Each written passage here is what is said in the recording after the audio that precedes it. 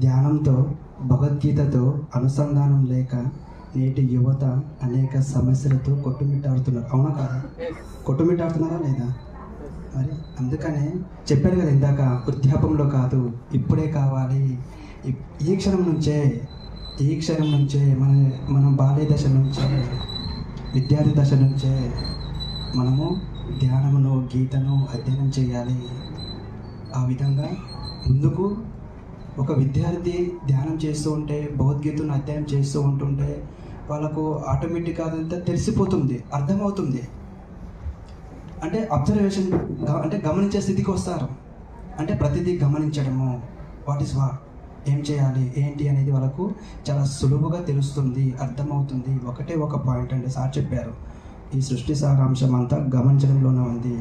ఎవరైతే గమనిస్తున్నారో, ఎవరైతే గమనించే స్థితికి చేరుకుంటున్నారో, గమనించే స్థితిలో ప్రయాణం చేస్తున్నారో వాళ్ళు ఆధ్యాత్మికంగా ముందుకు వెళ్తున్నారు. ఆధ్యాత్మికం అనేది వాళ్ళ వశమవుతుంది సాధ్యమైనంత వరకు. ఈ విధంగా భగవద్గీత అనేది కులానికో, మతానికో, సంఘానికో సంబంధించినది కాదు. తీసుకొని వచ్చిన ప్రతి ఒక్క మానవుడి జీవన విధానము, నడవడిక భగవద్గీత. మనమందరము ఆత్మస్వరూపులమే కదా? అవునా కదా? ఆత్మమా శరీరమా? శరీరము తాత్కాలికము, ఆత్మ నిత్యమైనది, శాశ్వతమైనది, సనాతనమైనది. అది ఎప్పుడు ఉంటుంది? గతంలో ఉంది, ప్రెజెంట్లో ఉంది, భవిష్యత్తు